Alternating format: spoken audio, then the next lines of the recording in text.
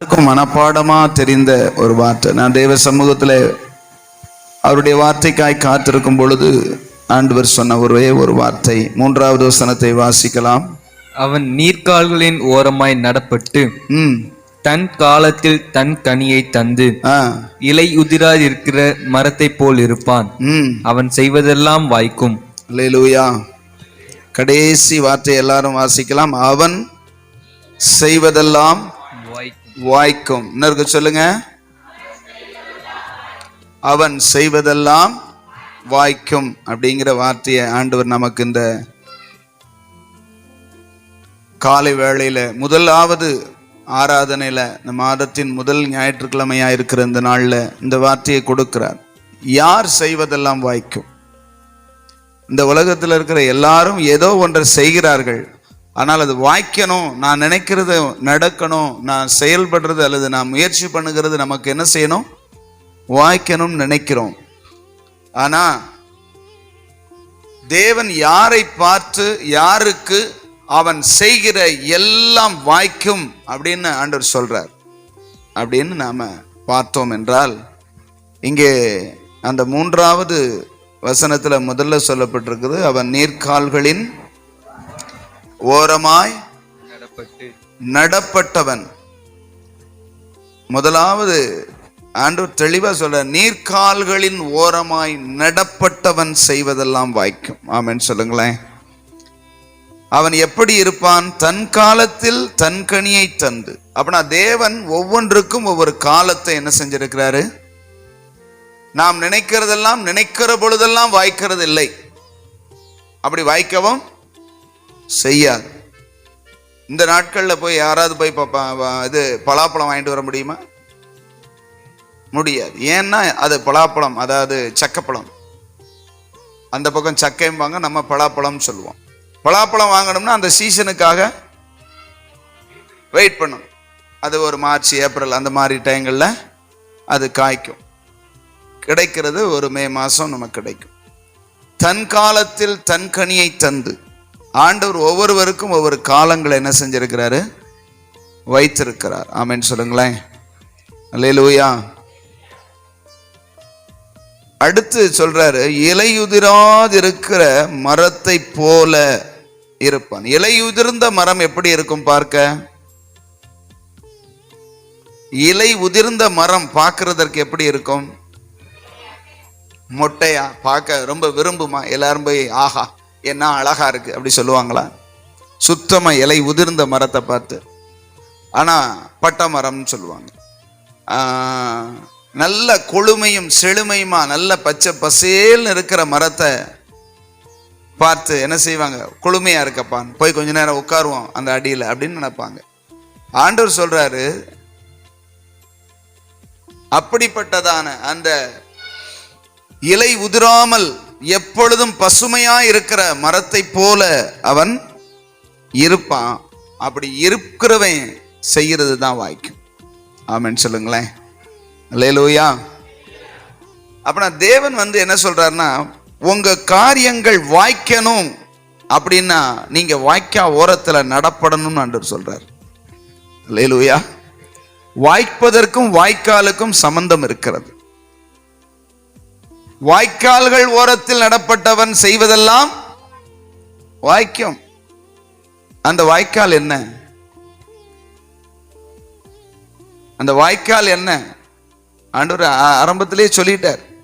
ஆரம்பத்திலேயே இந்த விஷயங்களை என்ன செஞ்சிட்டார்னா சொல்லிட்டார். என் பிரசன்னத்துல ஜீவ நதி ஓரமாய் நீ நடப்பட்டால், பரிசுத்த ஆவி என்கிறதான ஜீவ நதி பாய்ந்து போகிற வாய்க்கால் அண்டை நீ நாட்டப்பட்டு எப்பொழுதும் இருப்பாயானால் நீ செய்வதெல்லாம். அல்லேலூயா சொல்லுங்களேன். அல்லேலூயா. சில பேருக்கு தேவனுடைய வசனம் வந்த உடனே ரொம்ப வருத்தமா இருக்குது. எதுக்குத்தையும் இவர் பேசுறான்னு தெரியல. வேகமா வேலையை முடிச்சுட்டு நாத்துமாவை போட்டாருன்னா படக்குன்னு சாப்பிட்டுட்டு என்ன செஞ்சிடலாம் அப்படிங்கிற மாதிரி வருத்தத்தோட உட்காந்துருக்காங்க. எப்படா என் ஆத்துமாவை போட்டு முடிப்பாருன்னு. கொஞ்சம் கவனிங்க. முதலாவது வாரம் தேவன் நம்மளோடு கூட பேசட்டும். ஆமென் சொல்லுங்களேன். நாம் செய்வது வாய்க்க வேண்டும், நாம் நினைக்கிற காரியங்கள் நமக்கு நடக்க வேண்டும் அப்படின்னா முதலாவது கர்த்தர் சொல்றார், நீ வாய்க்கால்கள் ஓரத்தில் நடப்பட்டவனாயிரு. ஆமென் சொல்லுங்களேன்.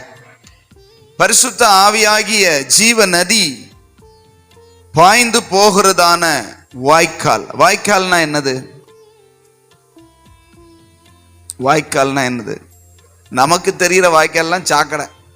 அது போய் அந்த இதுக்கு பக்கத்துல ஒரு மரம் இருந்தாலே நல்லா தான் வளரும். தெரியுமா உங்களுக்கு?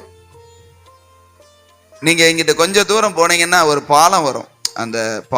அந்த பாலத்துக்கு இடது பக்கம் பார்த்தீங்கன்னா ஒரு முருங்கை மரம் இருக்கும். இங்க இருந்து போனீங்கன்னா அந்த கம்மாவர் மண்டபத்துக்கு போற பாதையை ஒட்டி ஒரு பாலம் இருக்கும். அந்த பாலத்துக்கு இடது பக்கம் அந்த ஓடைய ஓரத்துல ஒரு முருங்கை மரம் இருக்கும். நீங்க முருங்கைக்காய் காலத்துல போய் பார்த்தீங்கன்னா அந்த மரமே ஒடிஞ்சு உழுகுற அளவுக்கு காய் காய்க்கும்.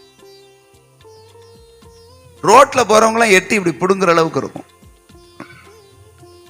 ஏன் அப்படின்னா அது நடப்பட்டிருக்கிற இடம் எதுனா ஒரு பெரிய வாய்க்கால், ஜீவ நதி போல. எந்த நாள்லயும் அது வத்தவே செய்யாது. ஏன்னா ஊர்ல இருக்கிற தண்ணி பூரா அந்த வாய்க்கால்ல தான் வரும். அப்படின்னா அதுல பார்க்கறதுக்கு ரொம்ப மோசமான இடம் தான். ஆனா அதுல நடப்பட்ட அந்த முருங்கை ஒரு மரமே சடையா. நானும் தான் வச்சு இப்ப 3 மரம் வச்சு எடுத்துட்டேன். பூதான் பூக்குதே தவிர ஒரு பிஞ்சு கூட வரமாட்டேங்குது. ஏன்னா இங்க வாய்க்காய் இல்லை. இங்க பூராமே தண்ணி இல்லாம இல்ல சத்து இல்லாம தண்ணி ஊத்துனாலும் வரமாட்டேங்குது. ஆனா அங்க தண்ணி ஊத்துறதுக்கு ஆள் இல்லை, தேவையும் இல்லை. அது வாட்டுக்கு என்ன செய்யுது, அவங்களும் வருஷம் வெட்டி விட்டுறாங்க பெருசா போகுதுன்னு. ஆனா முளைச்சு இப்ப நீங்க போய் பாத்தீங்கன்னா அப்படி பசுமையா இருக்கும்.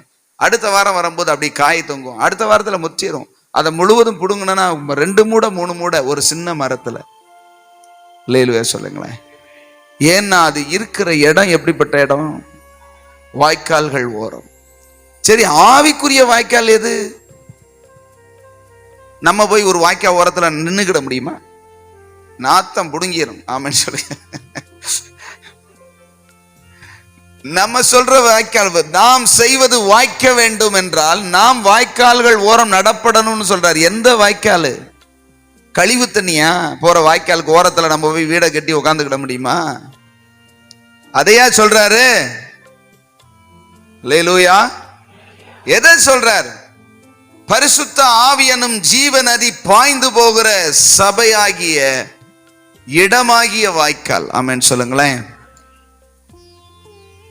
சங்கீதக்காரன் சொல்லும் போது, நானோ கர்த்தருடைய ஆலயத்தில் பச்சையான ஒலிவ மரத்தை போல இருக்கிறேன் அப்படி சொல்றார். ஆமென். எடுத்து வாசிங்க பார்க்கலாம். 52வது சங்கீதம் 8வது வார்த்தை. 52:8. நானோ தேவனுடைய ஆலயத்தில் பச்சையான ஒலிவ மரத்தை போல் இருக்கிறேன். பச்சையான ஒலிவ மரத்தை போல் இருக்கிறேன். தேவனுடைய கிருபையை என்றென்றைக்கும் நம்பி இருக்கிறேன். எந்த வாய்க்கால் ஓரத்துல நடப்பட்டிருக்கிறாரு? தேவனுடைய ஆலயம் என்கிறதான பரிசுத்த ஆவி என்கிறதான ஜீவ நதி புறப்பட்டு போகிற அந்த வாய்க்கால்கள் ஓரத்துல நடப்பட்டவன் எங்கள் தேவனுடைய ஆலயங்களில் செழித்திருப்பார்கள். ஆமென் சொல்லுங்களேன். அல்லேலூயா. ஆண்டவருடைய சமூகத்துல நாட்டப்படுகிற ஒரு அனுபவம் நமக்கு வேண்டும். இந்த நாட்கள்ல நிறைய பேருக்கு ஞாயிற்றுக்கிழமை ஒரு 2 மணி நேரம் நம்ம இங்க இருந்துட்டு போயிட்டோம்னா போதும்டா, பெரிய கடமை முடிஞ்சு போச்சுன்னு நினைச்சிடறாங்க. என்னாச்சு? அத்தோட முடிஞ்சு போச்சு. தேவனுடைய சமூகத்துல நாட்டப்பட்டது அவ்வப்போது புடுங்கிட்டு போகுமா?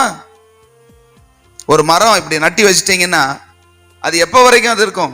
கடைசி வரைக்கும் அங்கதான் இருக்கும். ஆனா நம்முடைய வாழ்க்கை மட்டும் தேவனுடைய பிரசன்னத்துல தேவ சமூகத்துக்கு வரணும் அப்படின்னா கர்த்தருடைய ஆலயத்திலே குடியிருக்க சொல்றீங்களாயா அப்படின்னு அடுத்த கேள்வி நீங்க கேட்கலாம். இல்ல, கர்த்தருடைய பிரசன்னத்துல வாழணும். ஆமென் சொல்லுங்களேன். இங்கே வரும்பொழுது நாம் ஃபில் பண்ணப்படுகிறோம். அந்த ஃபில்லான தேவனுடைய பிரசன்னம் உங்க வீட்டிலையும் என்ன செய்யணும்? கர்த்தர் உங்க வீட்டுல விலகி நிற்கிறாரா? வீட்டுல போய் ஜபித்தா ஆண்டவர் பிரசன்னமாக மாட்டேங்கிறாரா? உங்களோடு பேச மாட்டேங்கிறாரா? நாம தான் அவரோடு பேச மாட்டேங்கிறோம். நாம தான் அவர் சமூகத்துல முழங்கால் முடக்க மாட்டேங்கிறோம். ஒவ்வொரு நாளும் நாம் தேவனுடைய பிரசன்னத்துல, தேவனுடைய ஜீவ நதி ஓடுகிறதான பரிசுத்த ஆவியின் நதி ஓடுகிறதான தேவ சமூகத்துல நாட்டப்படணும்னு ஆண்டவர் விரும்புகிறார். ஆமென், ஆமென் சொல்லுங்க. அவங்க செய்யறது தான் வாய்க்கும். நான் செய்யறது எதுவுமே வாய்க்க மாட்டேங்குது, தொட்டதெல்லாம் ஒரு மாதிரியா போகுது அப்படின்னு நீங்க சொல்லலாம்.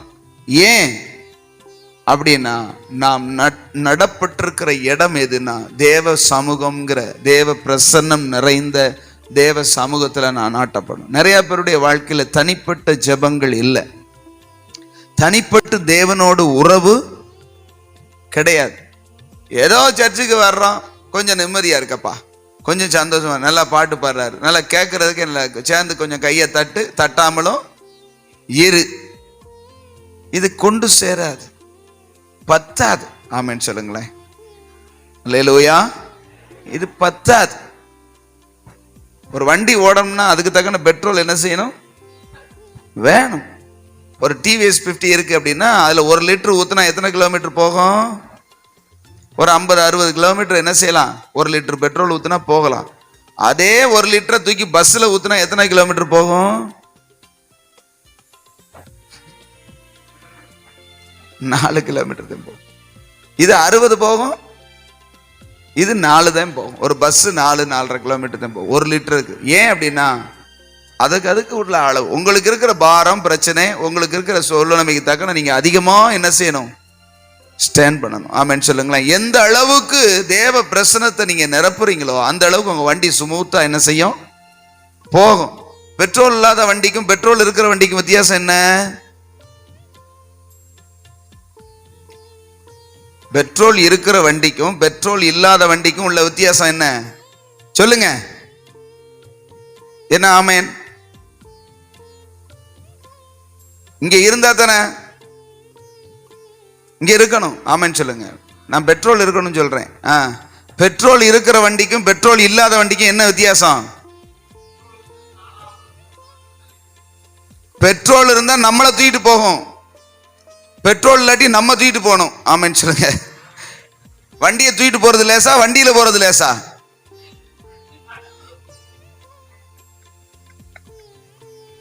வண்டியில உட்காந்து போறது லேசா, வண்டியை தூக்கிட்டு போறது லேசா? சொல்லுங்கம்மா. அவ யோசிக்கிறாங்க, எங்க இருக்கேன் நானு? இங்கதான் இருக்கீங்க. ஆமென் சொல்லுங்க. வண்டியை தூக்கிக்கிட்டு போறது லேசா, வண்டியில உட்காந்து போறது லேசா? அதுக்கு என்ன தேவை? ஆமா, அதுதான் ஜீவ நதி. ஆமென் சொல்லுங்களேன். பரிசுத்த தேவனுடைய பிரசன்னத்துல நீங்க பெட்ரோல் போட்டீங்கன்னா வண்டி தானா போகும். நீங்க உட்காந்துக்கிட்டு ஸ்மூத்தா போகலாம், இல்லாட்டி வண்டியை தூக்கிட்டு தான் போகணும். அல்லேலூயா. வண்டியில உட்காந்து 1 கிலோமீட்டர் போறதுக்கு 1 நிமிஷம் போதும் இல்லையா? ஒரு 60 போனாலும் 1 நிமிஷத்துல 1 கிலோமீட்டர் தாண்டிடலாம். அதே வண்டியை 1 கிலோமீட்டர் தூக்கிட்டு நடக்கணும்னா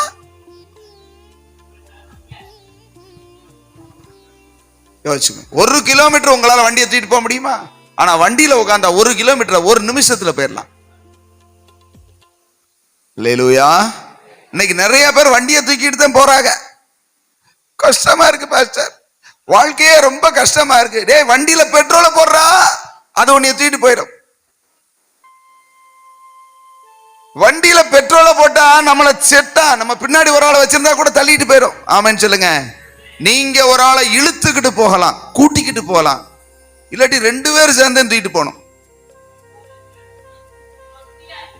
அல்லேலூயா. இன்னைக்கு நிறைய பேருடைய வண்டியில பெட்ரோல் இல்ல, தேவ பிரசன்னம், தேவ சமூகம், ஜீவ நதி பாயணும். ஆமென் சொல்லுங்களேன். அதிகாலையிலேயே அவருடைய சமூகத்துல நாம் தேடி, அவருடைய பிரசன்னத்தினால் நிரம்பி, அவருடைய கிருபையினால் நிரம்பி, அவருடைய சமூகத்துல நாட்டப்படணும். அல்லேலூயா. புரிஞ்சவங்க அல்லேலூயா சொல்லுங்க. ஆமென். இந்த வேதத்துல பல பேருடைய வாழ்க்கை, பல பேருடையதான காரியங்கள் வாய்த்ததாக சொல்லப்பட்டிருக்கிற. சில பேருடைய காரியம் என்ன செஞ்சாலும் வாய்க்காது. அல்லேலூயா. நீங்க ஆதியாகம புஸ்தகத்துல ஒரு வசனத்தை நீங்க வாசிச்சு பாருங்களேன். 37வது அதிகாரமா இல்ல, ஆதியாகமம் 39ஆம் அதிகாரம் 3வது வசனத்தை பாருங்க. கர்த்தர் அவனோட இருக்கிறார் என்றும், கர்த்தர் யோசேப்போட இருக்கிறார் என்றும் அவன் செய்கிற யாவையும் கர்த்தர் வாய்க்க பண்ணுகிறார் என்றும் அவன் எஜமான் கண்டு. அங்க ஒரு வசனத்தை நம்ம வாசிக்கிறோம். யோசேப்பு இப்ப அடிமையா விற்கப்பட்டுட்டான். எங்க? எகிப்துக்கு. எகிப்துக்கு போய் கொண்டு போய் அவனை வித்துட்டாங்க. அவன் ஒரு எஜமானுக்கு கீழே அடிமையா இருக்கிறான். அடிமைகள் வேலை செய்யறதெல்லாம் நீங்க பழைய காலத்துல பாத்தீங்கன்னா ரொம்ப கொடூரமா இருக்கும். அவங்களுக்கு சாப்பாடு போட்டும் போடாமலும் அவங்கள அடிச்சு அவங்களுக்கு ஒரு ஒரு என்ன சொல்லுவாங்க, அறையை மறைத்து கொள்வதற்கு ஒரு சின்ன துணி தான் கொடுத்துருப்பாங்க. வேற எந்த துணியும் இருக்காது. வெறும் மேலோட வெயில்ல ரொம்ப கஷ்டமான வேலைகளை என்ன சொன்னாலும் சரின்னு சொல்லணும். அது அடிமையினுடைய வேலை. அப்படிப்பட்ட அடிமையா இருக்கிற ஒரு யோசேப்புவோட கர்த்தர் கூட இருந்தாராம். அல்லேலூயா சொல்லுங்களேன். கர்த்தர் கூட இருந்ததுனால, கவனிங்க, கர்த்தர் கூட இருந்ததுனால அவன் செய்யறதெல்லாத்தையும் கர்த்தர் வாய்க்க பண்ணிக்கிட்டே இருந்தார். இருக்கிறது எப்படிப்பட்ட நிலைமை சொல்லுங்க, கொஞ்சம் சொல்லுங்க. கண்ணை மூடிக்கிட்டே இருக்கக்கூடாது, கண்ணை திறந்து பார்க்கணும். அவ்வளவு பிரைட்டாவா நான் இருக்கிறேன், கூசுற அளவுக்கு இப்படி இப்படி இப்படி இப்படி இப்படி பார்த்தா என்ன அர்த்தம்? கண்ணை திறந்து பார்க்கணும். ஆமென் சொல்லுங்க. அடிமை இருக்கிறது அடிமை, உடுத்துறதுக்கு ட்ரெஸ் இல்லை. அவன் பார்த்தீங்கன்னா ஒரு ஒரு அறையை மறைக்கிறதுக்கு ஒரு ஒரு துணி தான் கொடுத்துருப்பாங்க. அப்படிப்பட்ட ஒரு நிர்பந்தமான நிலைமை. ஆனா கூட இருக்கிறது யாரு? கர்த்தர். நம்ம எந்த நிலைமையில இருக்கோங்கிறது முக்கியமே கிடையாது.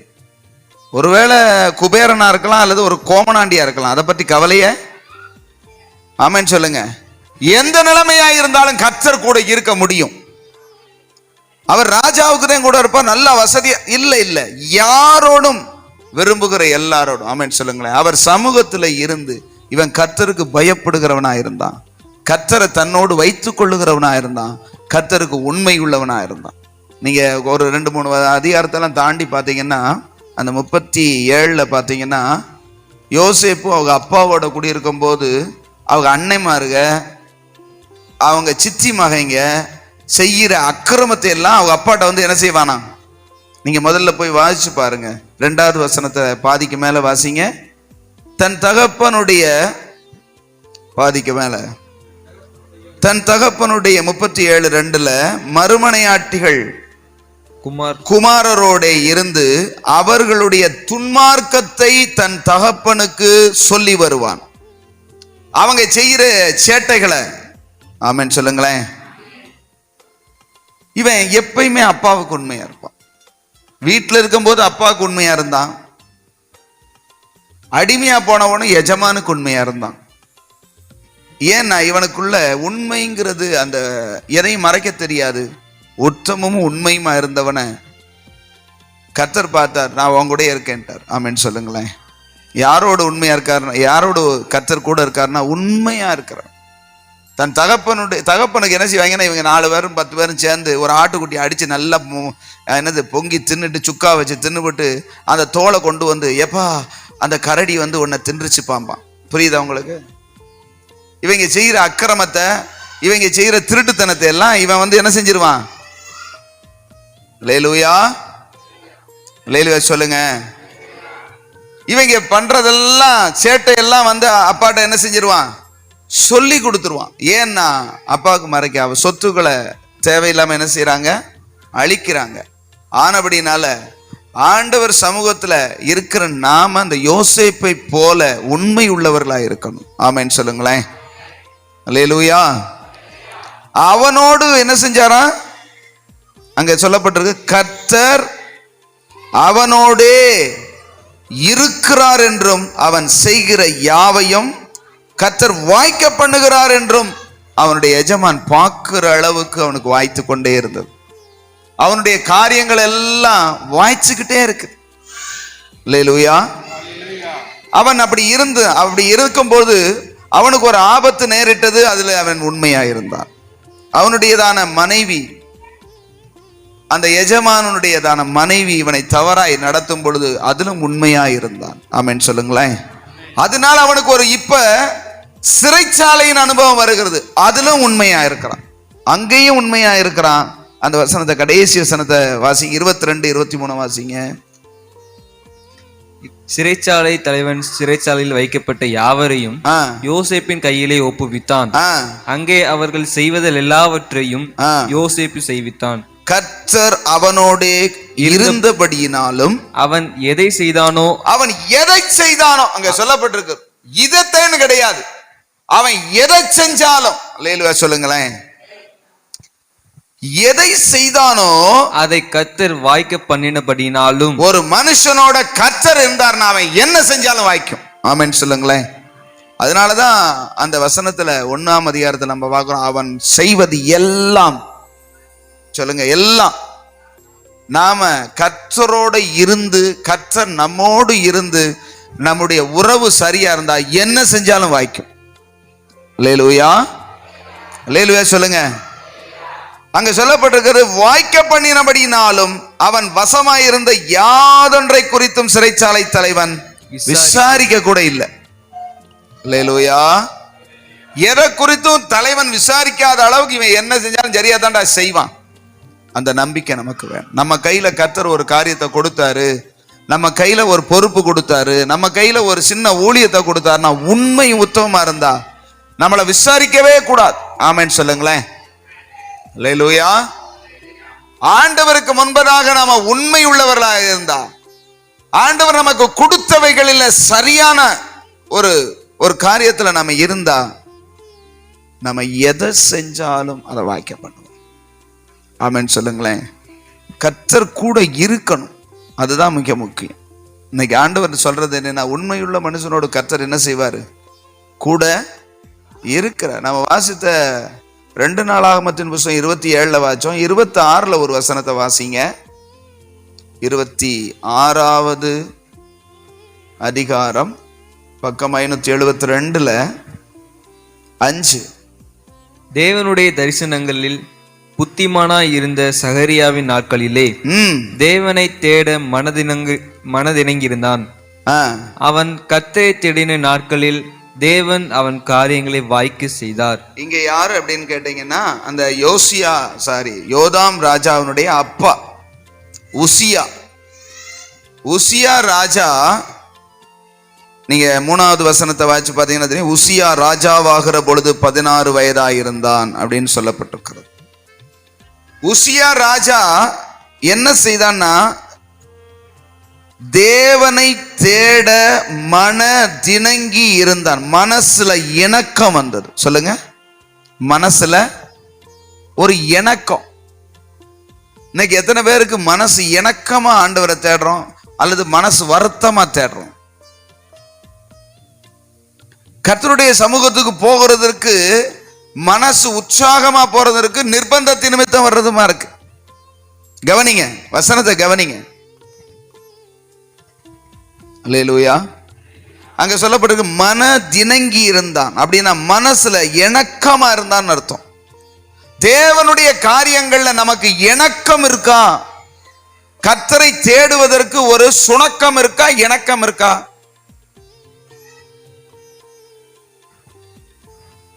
என்ன ஒரு மாதிரியா பாக்குறீங்க?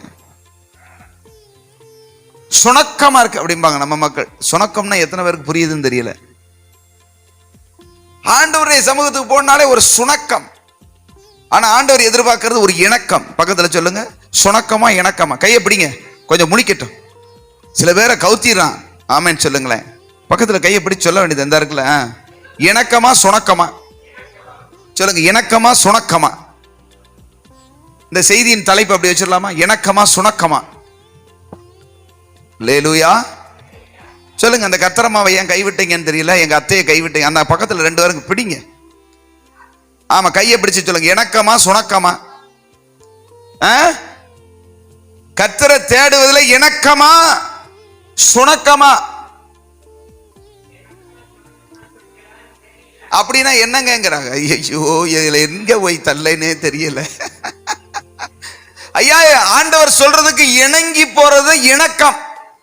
சுணக்கம் அப்படின்னா கிடக்கு எழுது அப்படின்னு சொல்லிட்டு உற்சாகம் இல்லாம, கர்த்தரை தேடுவதற்கு உற்சாகமற்று இணக்கம் இல்லாம சுணக்கமா கிடக்கிறது. என்ன செய்யறது?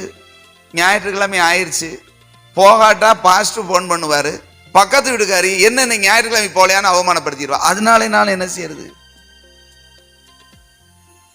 நீங்க பாருங்க, முதல்ல போகும்போது பக்கத்து வீட்டுக்காரங்கெல்லாம் என்ன இப்படி ஓடுறாங்க அல்லேலி ஆகாஷிக்கும் பாக ஒரு கொஞ்ச நாள் ஆனதுக்கு அப்புறம் நீங்க ஞாயிற்றுக்கிழமை பாருங்க, போகாம ஏதோ ஒரு காரியத்துல வீட்டுல இருக்கு, சுகம் இல்லாமலே இருக்குன்னு, என்ன இன்னைக்கு இவ போகாம இருக்கா அப்படின்னு அவ்வளவு பேரும் பேச ஆரம்பிச்சிருவாங்க. தெரியுமா உங்களுக்கு?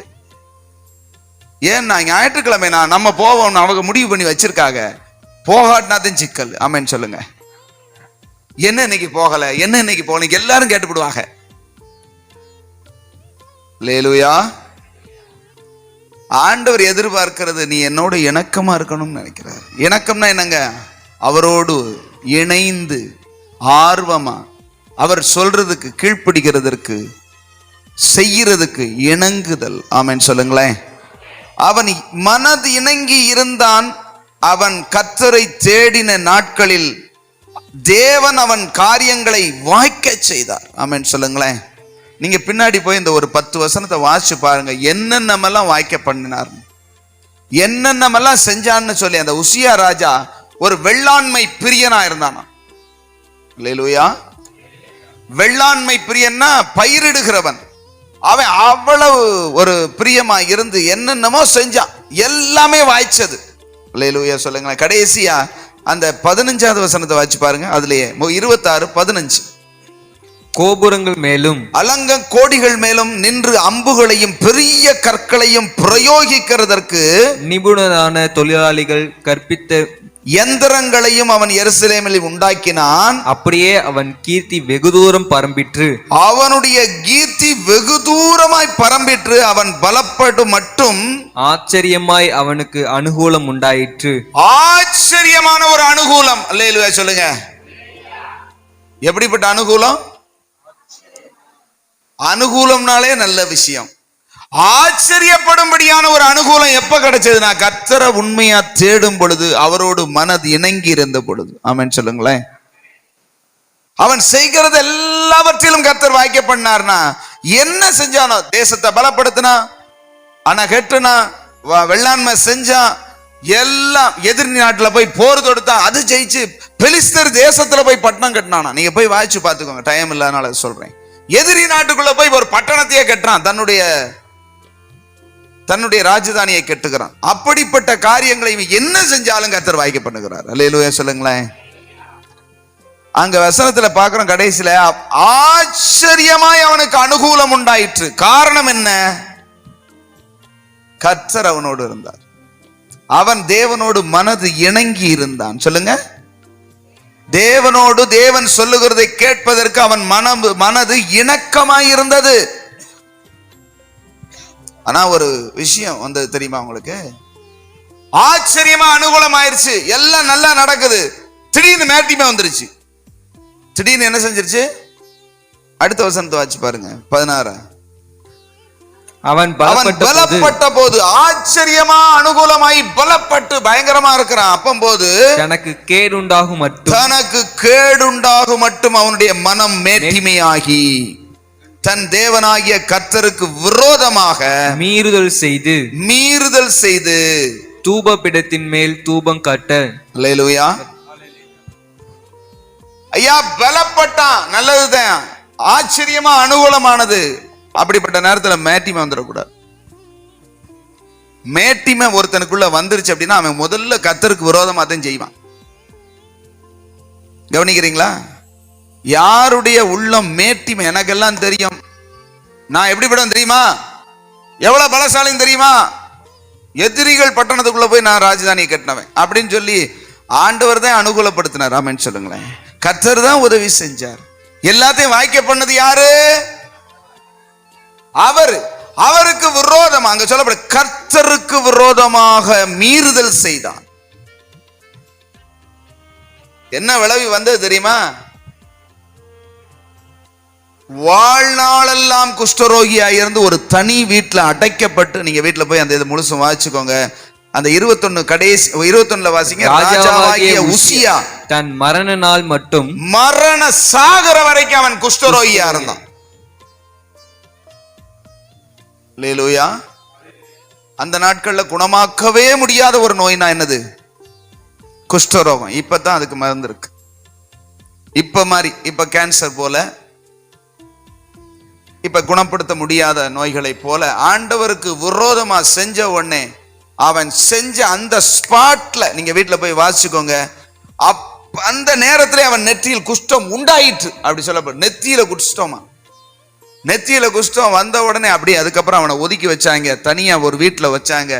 சாகுற வரைக்கும் அவன் குஷ்டரோகியா இருந்து, ராஜாக்களுடைய கல்லறையில கூட 52 வருஷம் ஆண்டவன். இஸ்ரேல் தேசத்தை 52 வருஷமா ஆண்ட ஒரு ராஜாவுக்கு ராஜாவின் கல்லறை கூட கிடையாது. ஆமென். நம்ம செய்யறது வாய்க்கிறது பெருசு இல்ல, மேட்டிமை வந்துடக்கூடாது. நான் செய்யறதெல்லாம் கர்த்தர் வாய்க்க பண்ணுகிறேன் என்ன நினைச்சிட்டு இருக்கேன்னு வந்துடக்கூடாது. ஆமென் சொல்லுங்க. கிருபைனால ஆண்டவர் தம்முடைய கிருபைனால என்ன செய்யறாரு? என்னோடு இருந்து. அதுக்கு நல்ல உதாரணம் அப்படின்னா யோசேப். அவன் செய்வதெல்லாம் வாய்க்க பண்ணிக்கொண்டே இருந்தார். அவனை தூக்கி எங்க வச்சார் ஆண்டவர்? ராஜாவாய் வைத்தார். அந்த தேசத்துக்கே ராஜாவாய் வைத்தார். அப்பையும் அவன் உண்மையா இருந்தான். ராஜாவுக்கும் உண்மையா இருந்தான், தன் சகோதரருக்கும் உண்மையா இருந்தான், எல்லாருக்கும் உண்மையா இருந்தான், மனத்தாழ்மையாகவே இருந்தான். நான் தேவனா அவன் சொல்லுவான் பாத்தீங்களா? 50வது அதிகாரத்துல அந்த வசனத்தை வாசிச்சு பாருங்க.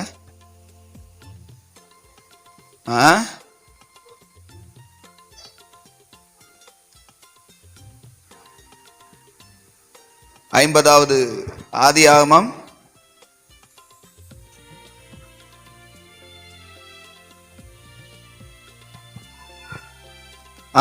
19 வாசிங்க. 18-19 வாசிங்க. பின்பு அவனுடைய சகோதரரும் போய் அவனுக்கு முன்பாக தாழ விழுந்து, இதோ நாங்கள் உமக்கு அடிமைகள் என்றார்கள். இவன் 11வது ஆளு. 10 பேரும் அண்ணன்மார்க, ஒரு தம்பி, 11 பேரும் போய் காலில் விழுந்து, இதோ நாங்கள் உமக்கு அடிமைகள் என்றார்கள். யோசேப்பு அவர்களை நோக்கி, பயப்படாதீங்க, நான் தேவனா? நான் என்ன தேவன் நான் நினைச்சேன்? ஆமென் சொல்லுங்களேன். எவ்வளவு தாழ்மை பார்த்தீங்களா? கர்த்தர் 17 வயதுல ஒரு தரிசனம் கொடுத்தார். எல்லாரும் உன் காலில் விழுவாங்கடா, நீ தாண்டா எழும்பி நிற்பேன்னு சொன்னார். இப்ப ஏறத்தாழ எத்தனை ஆண்டுகள் ஆகிவிட்டது. இவன் ராஜாவாய் அந்த எகிப்து தேசத்துல சகல தேசங்களையும் போஷிக்கிற ராஜாவாய் இருக்கிறான். ஆண்டவர் சொன்னது நிறைவேறி எல்லாரும் வந்து அவங்க அப்பா இறந்ததுக்கு அப்புறம் நீங்க செஞ்ச பாவத்துக்காக அவன்கிட்ட போய் மன்னிப்பு கேளுங்கடா அப்படின்னு சொன்ன உடனே எல்லாரும் வந்து காலில் சாஷ்டாங்கமா விழுகிறாங்க. இல்லையே சொல்லுங்களேன். அவன் சொல்றான், நான் என்ன தேவனா? எவ்வளவு தாழ்மை பார்த்தீங்களா? 21 ஆதலால் பயப்படாதிருங்கள், நான் உங்களையும் உங்கள் குழந்தைகளையும் பராமரிப்பேன் என்று அவர்களுக்கு ஆறுதல் சொல்லி அவர்களோட பட்சமாய் பேசினான். ஆமென் சொல்லுங்களேன். அந்த தாழ்மையும் அந்த ஒரு கர்த்தர் தான் என்னை உயர்த்தி வச்சிருக்கிறார். கர்த்தர் தான் இந்த பதவியை கொடுத்திருக்கிறார். இந்த மேன்மையை கர்த்தர் தான் கொடுத்திருக்கார். உங்களை நான் பயப்படாதீங்க, நான் தேவன் கிடையாது, உங்களை தண்டிக்க மாட்டேன், உங்களை நான் என்ன செய்வேன்? ஆதரிப்பேன். நான் உங்களை என்ன செய்வேன்? ஆதரிப்பேன் அப்படின்னு அவங்களுக்கு ஆறுதல் சொல்லி அவங்க பட்சமாய் பேசினான். ஆமென் சொல்லுங்களேன். அல்லேலூயா. அந்த மறுபடியும் 1வது அதிகாரத்தை எடுத்துக்கோங்க. சங்கீதம் 1:3 கடைசியில சொல்லப்பட்டு, அவன் செய்வதெல்லாம் வாய்க்கும். ஆமென் சொல்லுங்களேன். அவன் செய்வதெல்லாம் வாய்க்கும். அது என்ன வாய்க்கும்? வாய்க்கும்னா என்ன சொல்லுங்க? இதை சொல்லி முடிக்க போறேன். வாய்க்கும் அப்படின்னா அர்த்தம் என்ன? கொஞ்சம் சொல்லுங்கம்மா. வாய்க்கும்னா என்ன? நான் என்ன பெரிய இங்கிலீஷ்லயா கேட்கிறேன்? தமிழ்ல தானே கேட்கிறேன். தமிழ் வேர்டு. நடக்கும் வேற, வெற்றி அடையும் வேற, ஆசீர்வாதமா இருக்கும். சொல்லுங்களேன் ஐயா, நடராஜியா சொல்லுங்க. வாய்க்கும்னா என்ன அர்த்தம்? நல்ல காரியம் நடக்கும்னு அர்த்தம். அப்படி சொல்லுங்க, கொஞ்சம் இனி பார்த்து சொல்லுங்க. வாய்க்கும்னா என்ன? இது என்ன வாய்க்கும்? வாய்க்கும்னா என்ன ஆண்டவரே? கொஞ்சம் அதை பிரிச்சு பாடுறான்னாரு. ஆமென் சொல்லுங்களேன். பிரித்தெழுதுக. வாய்க்கும் பிரித்தெழுதுக. சொல்லுங்க பாப்போம். வாயில் இருக்கும்.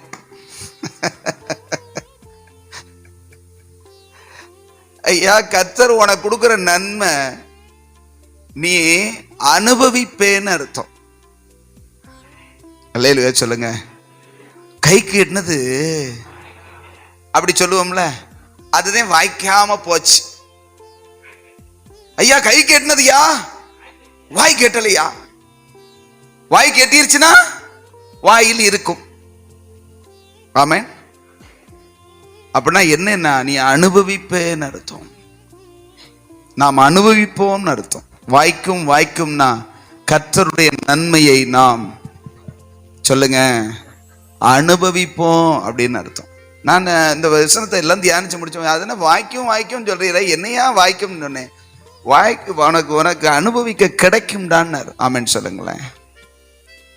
சில பேருக்கு கை கேட்டினது வாய்க்கு எட்டாம போச்சேன்னு சொல்லி வருத்தப்படுறீங்க. நீங்க கர்த்தரோடு இருந்தீங்கன்னா உங்களுக்கு இந்த வட்டம் வாய்க்கும். ஆமென் சொல்லுங்க. அப்படின்னா என்னது? கைக்கு எட்டினது வாய்க்கும் எட்டும்னு அர்த்தம். சில பேருக்கு கண்ணால் பார்ப்பார்கள், ஆனால் என்ன செய்யாது. கண்ணால மட்டும் பார்ப்பாங்க, ஆனா ஒன்னும் வாய்க்காது. அதே வாய்க்கல. அந்த வசனத்துல இன்னொரு இடத்துல சொல்லப்பட்டிருக்கு பாத்தீங்கன்னா, ராஜாக்கள்ல நீ உன் கண்களினால் காண்பாய், ஆகிலும் அதில் ஒன்றும் புசிக்க மாட்டாய். அப்படி சொல்றாரா? ராஜாக்கள் புஸ்தகத்துல அந்த எலிசா தீர்க்கதரிசி சொல்லுவாரு, நாளை இந்நேரம் சமாரியாவிலே இப்படிப்பட்ட ஒரு அற்புதம் நடக்கும்னா, கர்த்தர் வானத்திலிருந்து ஒரு மதக திறந்தா கூட இப்படி நடக்குமா அப்படின்னு ஒருத்தன் சொல்லுவான். உடனே இவன் பதில் சொல்லுவான், நீ கண்ணால பாப்ப, ஆனா வாய்க்குள்ள போகாது உனக்கு. ஆமென் சொல்லுங்களேன். அதே வாய்க்காம போறது. வாய்க்க பண்ணுகிறதுனா நம்ம அனுபவிப்போம். ஆமென் சொல்லுங்களேன். கர்த்தர் தம்முடைய நன்மைகளை நாம் அனுபவிக்கும்படியாக கொடுக்க விரும்புகிறார். ஆமென் சொல்லுங்களேன். அல்லேலூயா. யாருக்கு? நீர்க்கால்களின் ஓரமாய் வாய்க்கால்கள் ஓரத்தில் நடப்பட்டவனுக்கு. வாய்க்கால் ஓரத்தில் நடப்பட்டவனுக்கு எல்லாம் வாய்க்கும். ஆமென். வாய்க்காலுக்கும் வாய்க்கிறதற்கும் ஒரு சம்பந்தம். அது என்ன அப்படின்னா, கர்த்தருடைய வேதத்தில் 2வது வசனத்தை வாசிங்க. கர்த்தருடைய வேதத்தில் பிரியமாயிருக்கணும். இரவும் பகலும், டே அண்ட் நைட், அவருடைய வேதத்தில் தியானமா இருக்கணும். அதைத்தான் இன்னைக்கு ஆண்டவர் சொன்ன, உங்க உள்ளத்துக்குள்ள எப்பயும் அப்படி துதியும் ஸ்தோத்திரமும், உள்ளத்துக்குள்ள தேவ பிரசன்னமும் நிரம்பி எப்போதும் வேலை செய்தாலும் தூங்கினாலும் எழும்பினாலும் ஆண்டவரோடு கூட நீங்க என்ன செய்யணும்? இருக்கணும்னு அவர் நினைக்கிறார். அதே நீர்க்கால்களின் ஓரமாய் நடப்பட்டனா இந்த மரம் தண்ணியை இழுக்காது, அது ஓடிக்கிட்டே இருக்கிற தண்ணியை அப்படியே குடிச்சுக்கிட்டே இருக்கும். ஆமென் சொல்லுங்களேன். சாதாரண மரம் நீங்க பாத்தீங்கன்னா, ஒரு இடத்துல ஒரு வறண்ட நிலத்துல இருக்கிறன்னா அந்த வேறு போய் தண்ணி இருக்கிற இடத்த தேடி போய் உறிஞ்சும். ஆனா வாய்க்கால்கள் ஓரமாய் நடப்பட்ட மரம் தண்ணியை தேடி எங்கேயும் போக, தண்ணி போய்கிட்டே இருக்கும், வேணுங்கிறத குடிச்சுக்கிட்டே இருக்கும். ஆமென் சொல்லுங்களேன். கஷ்டமில்லாம பாடுகள் ரொம்ப கஷ்டப்பட்டு அப்படியே நிலை நிற்க தேவையில்லை, கிருபையினால நிலை. ஆமென் சொல்லுங்களேன். அவர் அந்த நதி கொடுத்துக்கிட்டே இருக்கும், நம்ம குடிச்சுக்கிட்டே இருக்கலாம், அனுபவிப்போம். ஆமென் சொல்லுங்களேன். அல்லேலூயா. இதுக்கு விரோதமா ஒரு சில காரியம் இருக்குது. இது நடக்காம இருக்கிறதுக்கு, இது நம்முடைய வாழ்க்கையில இருக்காம இருக்கிறதுக்கு சில காரியங்கள் என்னன்னா, 1வது வசனம், துன்மார்க்கருடைய ஆலோசனை நடவாமலும். அப்ப நான் யாருடைய ஆலோசனையில நடக்கணும்? நீதிமான்களுடைய. துன்மார்க்கன் சொல்லுகிற, தேவனை அறியாதவன், தேவனை ஆராதியாதவன், தேவனுடைய பிள்ளையா இல்லாதவன் சொல்ற ஆலோசனைய கேட்கவும் கூடாது, நடக்கவும் கூடாது.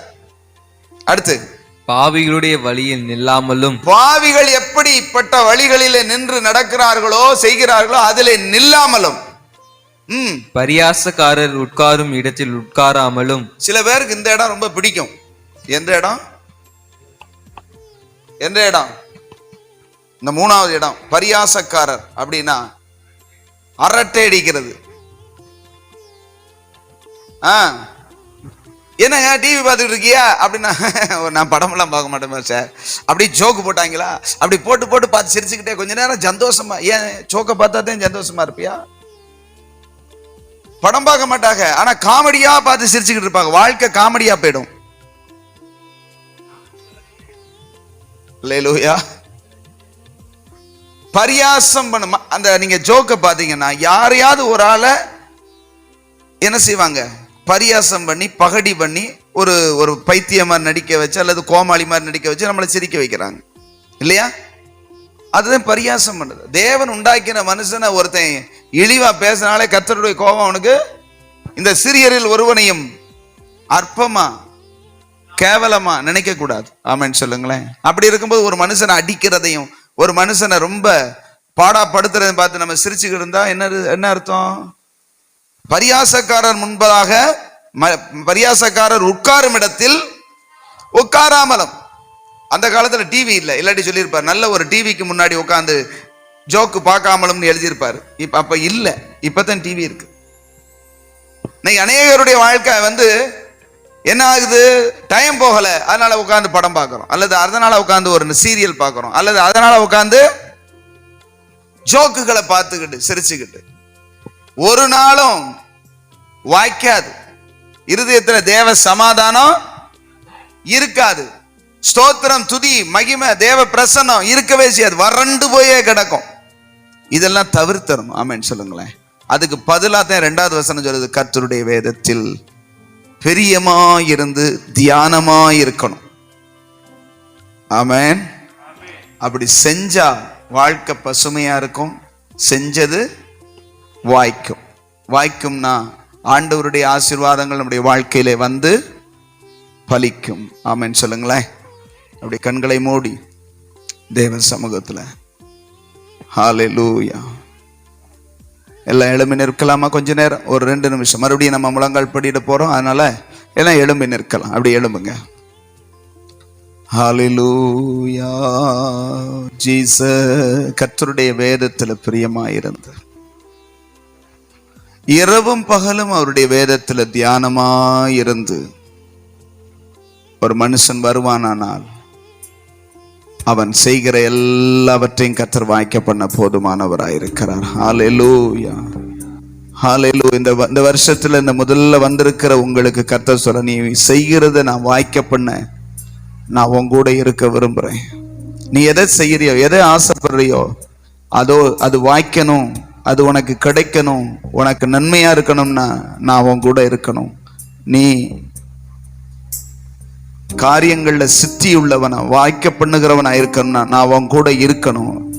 நான் உன் கூட இருக்கணும்னா நீ வேண்டாதவைகளை வெறுத்து விட்டு என் சமூகத்துல கர்த்தருடைய சமூகத்துல வாய்க்கால்கள் ஓரமாய் நடப்பட்ட மரத்தை போல என் சமூகத்திலே நடப்பட்டு கர்த்தருடைய சமூகத்திலே நடப்பட்ட அனுபவம். ஆமென் சொல்லுங்களேன். ஆண்டவரே, ஒரு தீர்மானம் எடுங்க. நான் உங்க சமூகத்துல ஒவ்வொரு நாளும் சொல்லுவீங்களா? ஆண்டவர் சமூகத்துல எல்லாம் அமைதியா இருக்கிறீங்களே, தேவ சமூகத்துல ஒரு தீர்மானங்க. உங்க சமூகத்துல நான் நிற்பேன். ஆண்டவரே, ஒரு வண்டிக்கு பெட்ரோல் எவ்வளவு முக்கியமோ அது மாதிரி உங்க சமூகத்துல சார்ஜ் ஏறிக்கிட்டு சொல்லுங்க. சார்ஜ் ஏற்றி ஸ்மூத்தா நான் போவேன் அப்பா. என் வாழ்க்கையில இருக்கிற எல்லா தடைகளையும் தாண்டி ஆண்டவரே நான் செய்கிறதெல்லாம் வாய்க்கணும்னா உங்க பிரசன்னம் என்ன மூடட்டும். ஹல்லேலூயா ஹல்லேலூயா ஜீசஸ். தகப்பனே உமக்கு ஸ்தோத்திரம். ஹல்லேலூயா. இரவெல்லாம் பகலெல்லாம் இதயம் உமக்காக துடிக்குதையா. அப்படியே கரங்களை உயர்த்தி நினைவெல்லாம் பேச்செல்லாம் நேசரே உம்மை பற்றித்தானே ஐயா. இரவெல்லாம் பகலெல்லாம் இதயம் உமக்காக துடிக்குதையா.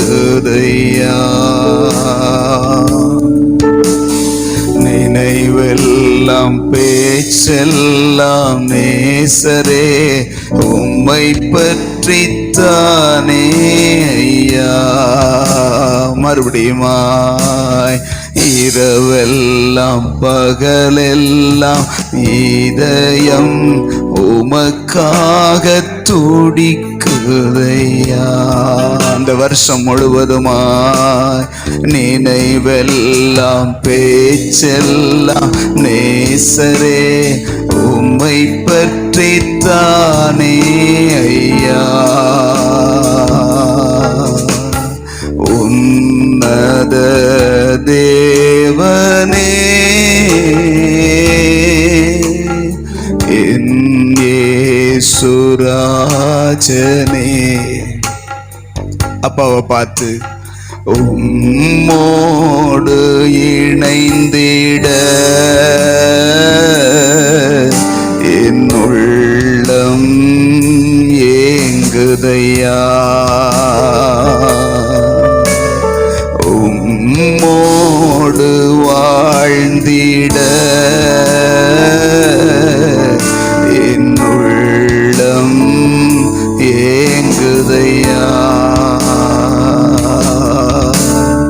இரவெல்லாம் பகலெல்லாம் இதயம் உமக்காக துடிக்குதையா. சொல்லுங்க சொல்லுங்க, அப்படியே கையை உயர்த்தி. நினைவெல்லாம் பேச்செல்லாம் நேசரே உம்மை பற்றித்தானே ஐயா. இரவெல்லாம் பகலெல்லாம் இதயம் உமக்காக துடிக்குதையா.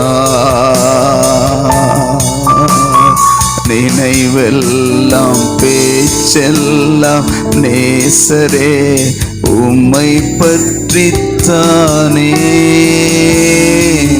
ஐயா. அப்படிப்பட்ட நிலைமை நமக்கு வேணும். ஆமென் சொல்லுங்களேன். இரவும் பகலும் இரவும் பகலும் எனி டைம் எந்த நேரமும் உம்மோடு நான் இருக்கணும் ஆண்டவரே. சொல்லுங்க, உம்மோடு நான் இருக்கணும். என் காரியங்கள் எல்லாம் வாய்க்கணும்னா நான் உம்மோடு ஒரு இணைக்கப்பட்ட வாழ்க்கை, உங்களோடு இணைக்கப்பட்ட ஒரு அனுபவம் எனக்கு வேணும் அப்பா. சொல்லுங்க, வேணும் அப்பா. இந்த வருஷத்துல முதல் ஞாயிற்றுக்கிழமையில உங்களுடைய ஆராதனையில நான் என்னை ஒப்பு கொடுக்கிறேன்.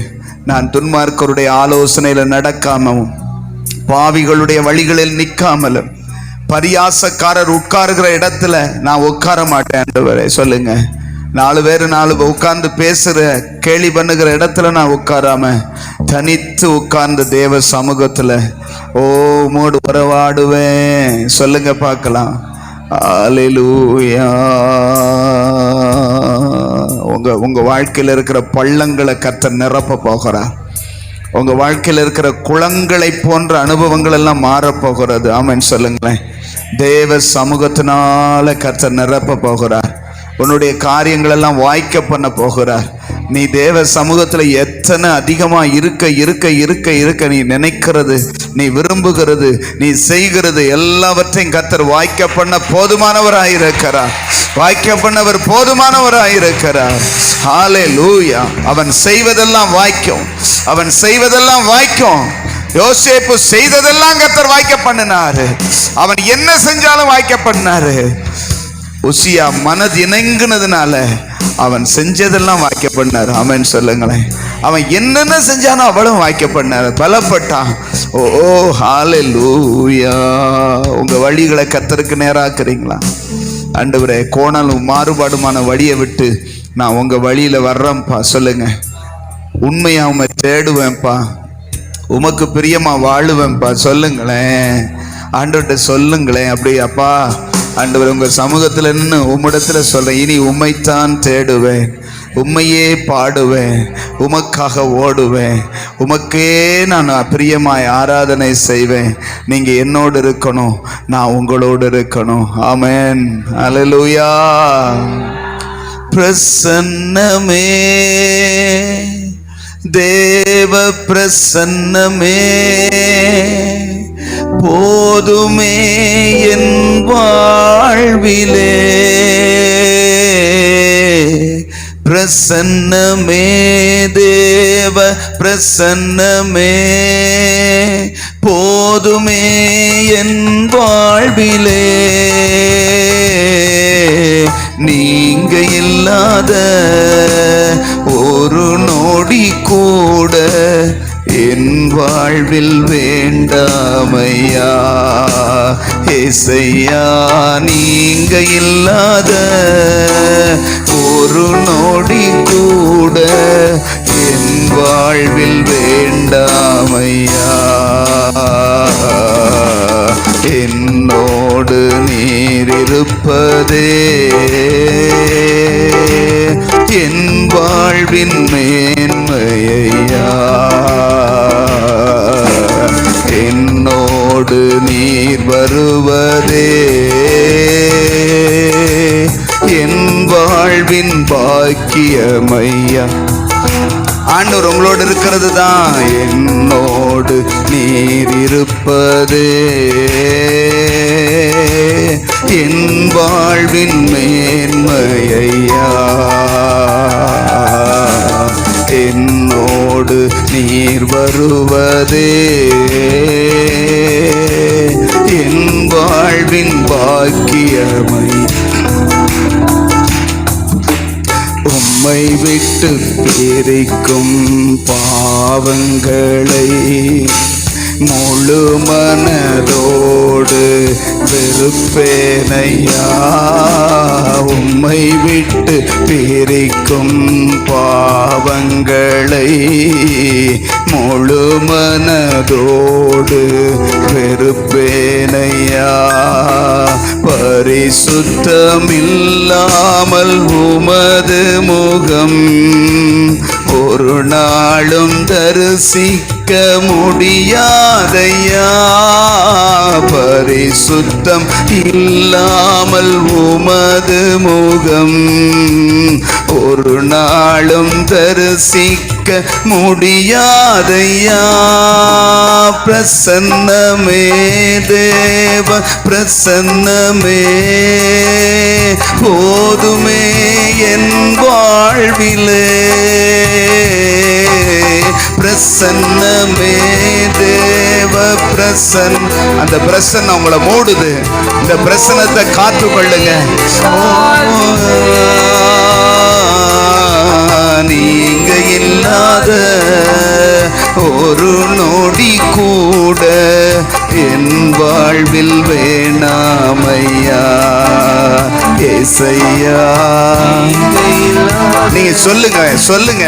ஒரு நொடி என் வாழ்வில் வேண்டாமையா. நீங்க இல்லாத ஒரு நொடி கூட இந்த வருஷம் முழுவதும் சத்தமா சொல்லுங்க பார்க்கலாம் எல்லாரும் சேர்ந்து. நீங்க இல்லாத ஒரு நொடி கூட என் வாழ்வில் வேண்டாமையா. மறுபடியும் மறுபடியும் மறுபடியும். நீங்க இல்லாத ஒரு நொடி கூட வேண்டாமையா.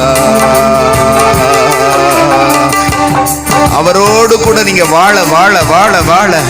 ஆமென் ஆமென் ஆமென். ஒரு பாக்கியமான வாழ்க்கை, ஒரு சக்சஸ்ஃபுல்லான வாழ்க்கை, ஒரு வாய்க்க பண்ணுகிற வாழ்க்கை, ஒரு மேன்மையான வாழ்க்கைய கர்த்தர் வாக்கு பண்ணுகிறார். உண்மையுள்ளவனாய் இருக்கின்றார். உன்னை பரிபூர்ணமா நான் ஆசீர்வதிக்காம விட மாட்டேன். ஆமென் சொல்லுங்களேன். நீ உண்மையுள்ளவனா, எனக்கு உண்மையுள்ளவனா, என் சமூகத்துல உண்மையுள்ளவனா இருந்தா உன்னை நான் ஆசீர்வதித்து உன்னை பரிபூர்ணம் அடைய செய்கிற தேவனா. அல்லேலூயா. ஆண்டவரே உமக்கு பிரியமில்லாத எந்த காரியத்தை நான் விட்டு விடுகிறேன்ப்பா. சொல்லுங்க. நீங்க வெறுக்கிற காரியங்களை நான் வெறுக்கிறேன் ஆண்டவரே. நீங்க விரும்பாததை நான் விரும்பலப்பா. உமக்கு பிரியமா இருக்கவே நான் ஒப்பு கொடுக்கிறேன். அல்லேலூயா. தேவ சமூகத்துல போய் உட்காருங்க. வசனத்தை வாசிங்க. அதை நேசித்து தியானித்து கர்த்தாவே என்னை நீர் அப்படி வைக்க போகிறீர், அதற்காக ஸ்தோத்திரம். நன்றி. எத்தனை பேர் விசுவாசிக்கிறீங்க கர்த்தர் அப்படியே செய்ய போகிறார்? இந்த வருஷம் முழுவதும் நீங்க ஒரு நல்ல நல்ல நீர்க்கால்கள் ஓரமாய் நடப்பட்ட மரம் எப்பொழுதும் பசுமையா இருக்கிறது போல கிறிஸ்துவுக்குள்ள பசுமையா, செழிப்பா, ஆசீர்வாதமா, நன்மையா, மேன்மையா, ஆவிக்குரிய அனுபவத்தோடு கர்த்தர் உங்களை என்னை நடத்த போகிற தயவுக்காக நல்ல கரங்களை தட்டி Hallelujah. Thank you Jesus.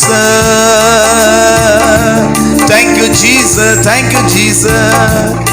அருமை தகப்பனே, உங்க சமூகத்தில் இந்த வந்திருக்கிற ஒவ்வொருவருக்கும் அநேக காரியங்கள் வாய்க்காமலும், நினைக்கிற எதுவும் நடக்காமலும், செய்கிற ஒன்றும் அவர்களுக்கு கிடைக்காமலும் இருக்கலாம். ஆனா அந்த காலை வேளையில சொல்றீங்க, என் சமூகத்துல நீ தரித்திருந்தா, பரிசுத்த ஆவி பாய்கிற வாய்க்கால்ல நீ ஓரமா நடப்பட்டா உனக்கு எல்லாம் வாய்க்கும்னு சொல்லுகிற தயவுக்காக ஸ்தோத்திரம். ஆண்டவரே, அநேகருடைய வாழ்க்கையில கை கெட்டினது வாய் கெட்டல, ஆனா இனி வாய் கெட்ட போறதற்காக ஸ்தோத்திரம். ஆமென் சொல்லுங்களேன். வாய்க்க போறதற்காக ஸ்தோத்திரம். ஆமென். கையில வந்துட்டு வாய்க்கு வராதவைகள் வாய்க்கு வரப்போகிறதற்காக, வாய்க்க போகிறதற்காக ஸ்தோத்திரம். நீர் அந்த தடைகள் எல்லாம் மாற்றுகிறதற்காக ஸ்தோத்திரம். உங்க கரத்துல முற்றிலும் அர்ப்பணிக்கிறோம். அருமை இரட்சகர் இயேசுவின் மூலம் ஜெபித்து ஜெயம் எடுக்கிறோம் நல்ல பிதாவே. ஆமென். தூளில் இருந்து உயர்த்தி நீர் தூக்கி என்னை நிறுத்தி நீர் துதித்து பாட வைத்தீர். அல்லேலூயா.